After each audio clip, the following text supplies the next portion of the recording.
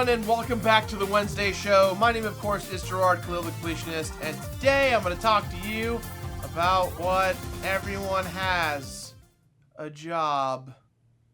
Yay. Now, more specifically, I have had many jobs in my lifetime, more so than I ever thought I would. The things you see here are just some items I bought at my job at my time at Best Buy, but I'll get to that. Jobs are really important because they get you money. No, they're important just because, at least this is how I feel. Whenever you have a job, whether it's you're flipping burgers or you're executive of a company or anything like that, I really feel that it's important to give it your best. And that's something that people don't really equate to when it comes to doing a job you hate. You're kind of stuck in a zone of, oh, I hate this job, so why am I coming here from a 9 to 5? I just need the money. And that may be true for a lot of people. You might have the world's worst job, and my heart really hurts for you, and I understand that it's not what you want to do. But sometimes you're going to get that job that you really love and that you really want to keep working at and get good at. For me, I've got to work at some of the most fun places I ever could have imagined, and it's definitely something that I never regret my time at any of the companies I've worked at. So when I was in high school, I had 2 jobs. My first job ever was, well, let's see.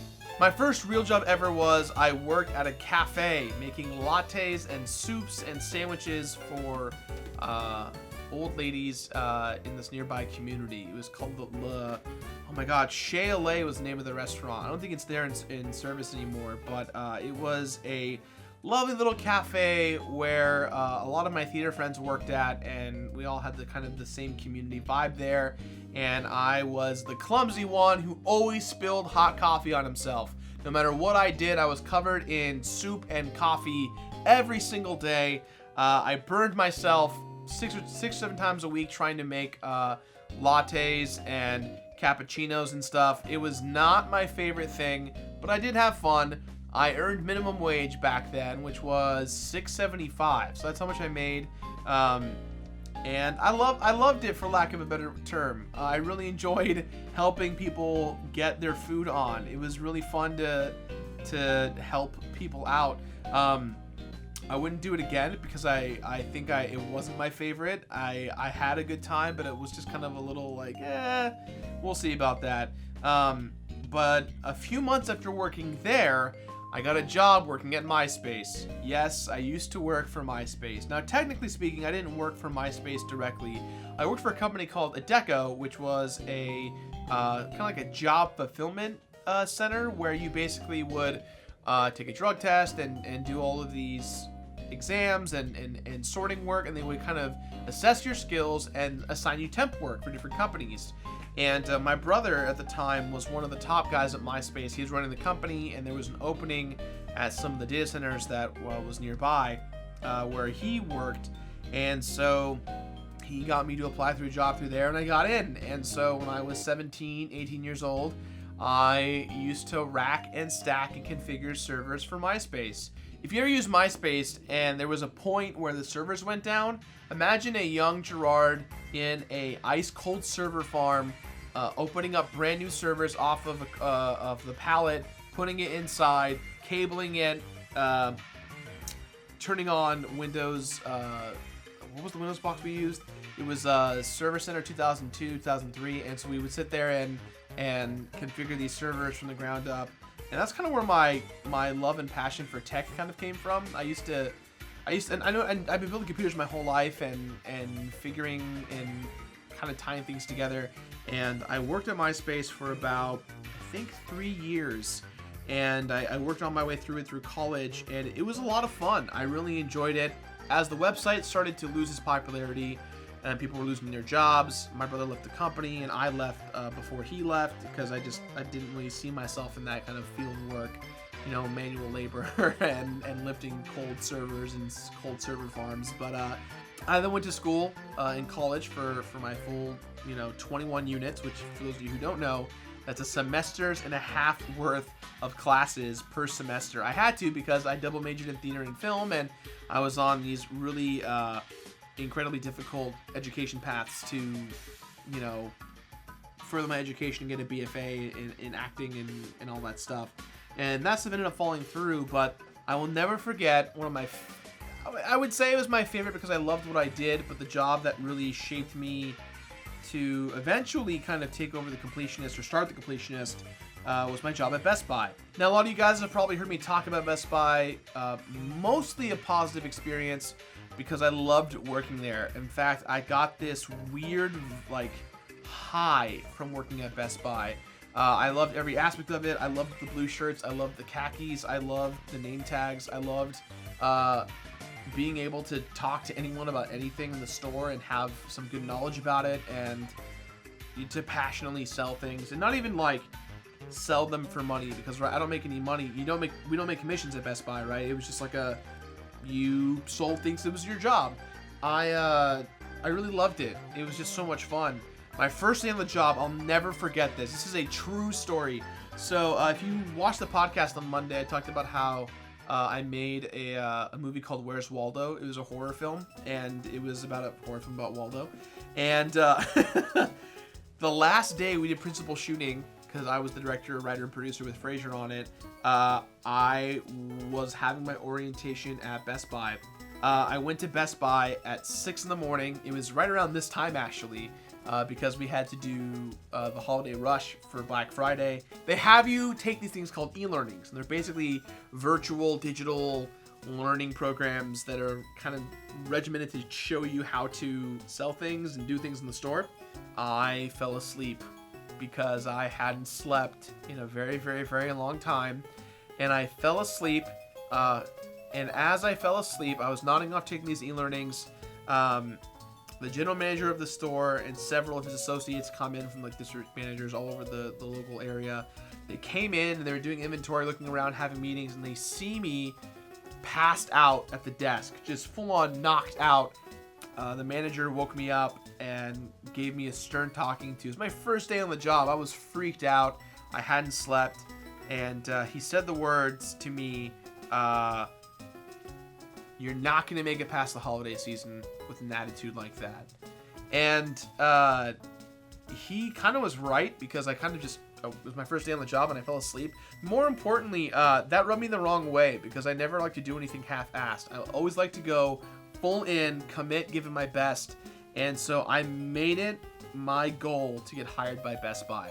I was young, I was in college, I didn't have a job at the time, and I could use the income to, do future web shows and stuff. And so I worked rigorously, what's the word I'm looking for? I worked rigorously? That's the one. I worked rigorously to keep my job. I was assigned a CA position, which is a customer assistant position at the time. You had to learn the entire store, all the product. You had to learn how to deal with everyone. And I tried my best to do that, and it was super stressful because I was selling TVs and computers and fridges that I knew nothing about, and I felt really weird and uncomfortable, but I gave it my best. And then during the holidays, I got put in the gaming department, and that was the best thing that ever happened, because it was around when Rock Band had come out, Rock Band and Guitar Hero, and all the buzz and the craze, and they put me over there, and all of my gaming knowledge just took over.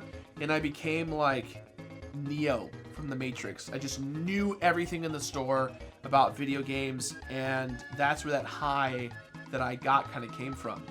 I would sell thousands and thousands of dollars worth of games, not because it was my job, not because I was trying to like improve the company morale or hit budget.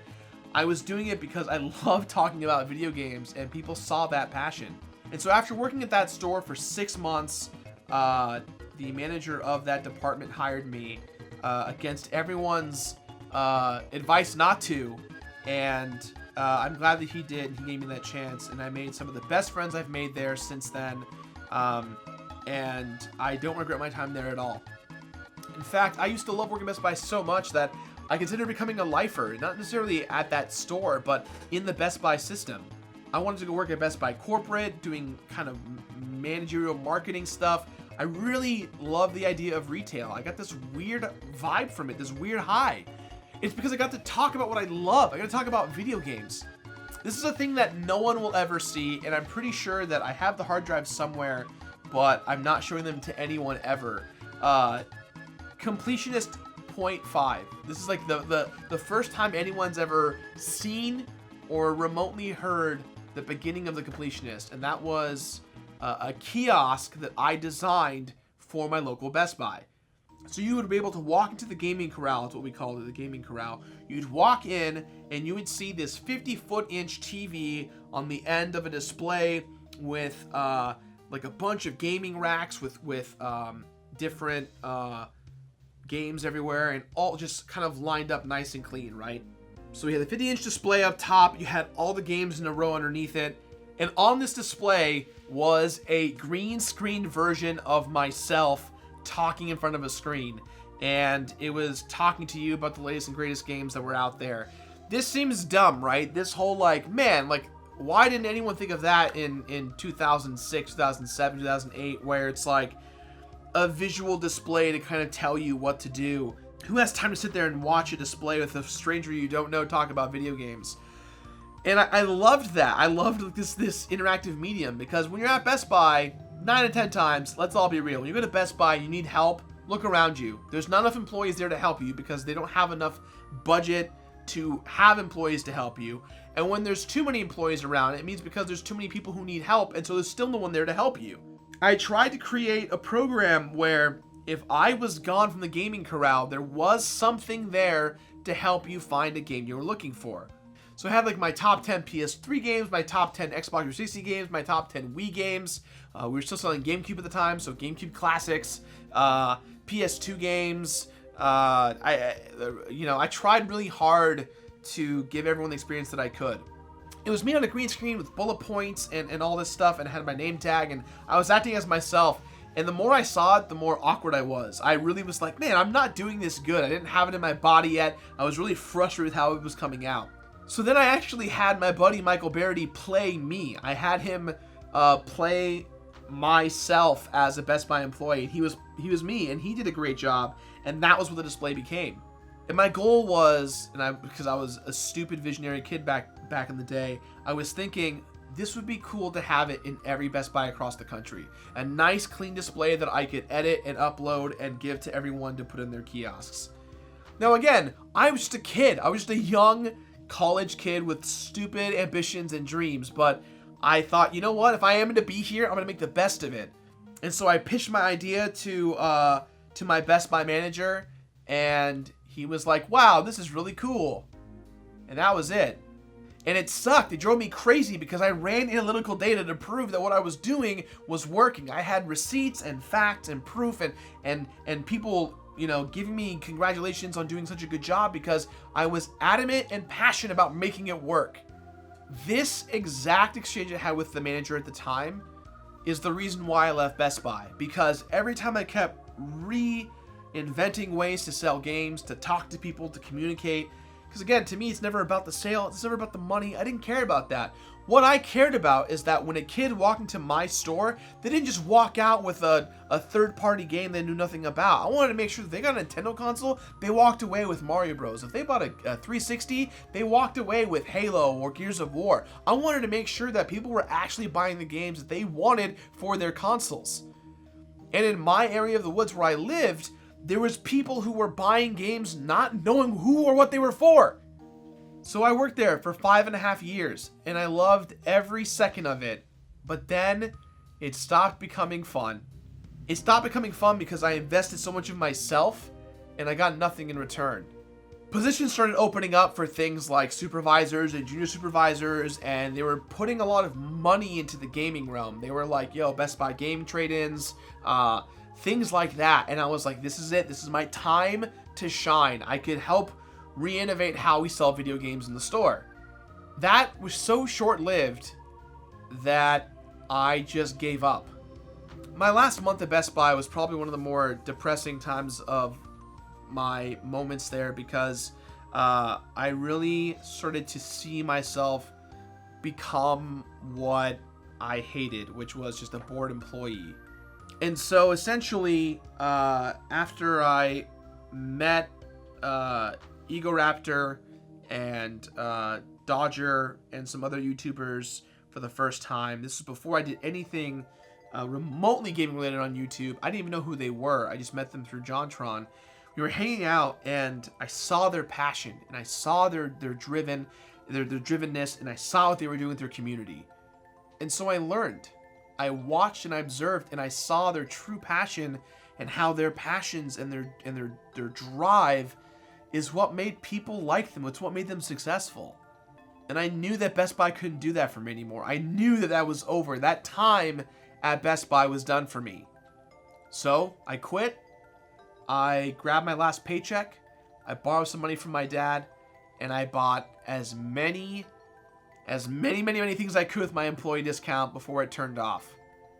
2 months later, I made the Completionist, and here we are today.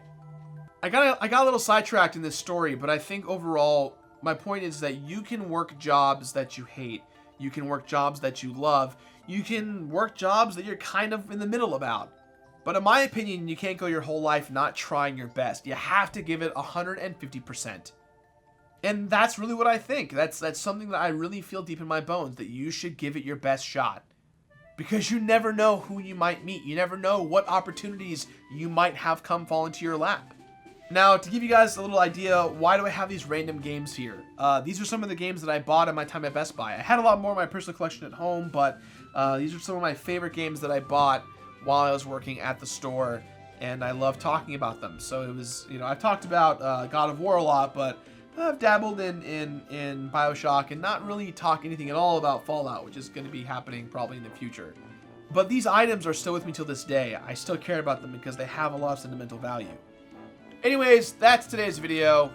It was about jobs, and then it became about Best Buy and passion, and then it became, I don't know what. You guys know how the show works. I just talk about whatever I want, and I hope you listen. Are you listening? Good. So, let me know what jobs that you've had in the past or you want to have that you're passionate about. Let's have an awesome conversation. I hope you guys enjoyed today's video. One day I will learn to segue out, but in the meantime, I do not. I'll see you guys on Friday for another video. In the meantime, play games, be kind, and stay awesome. Bye-bye.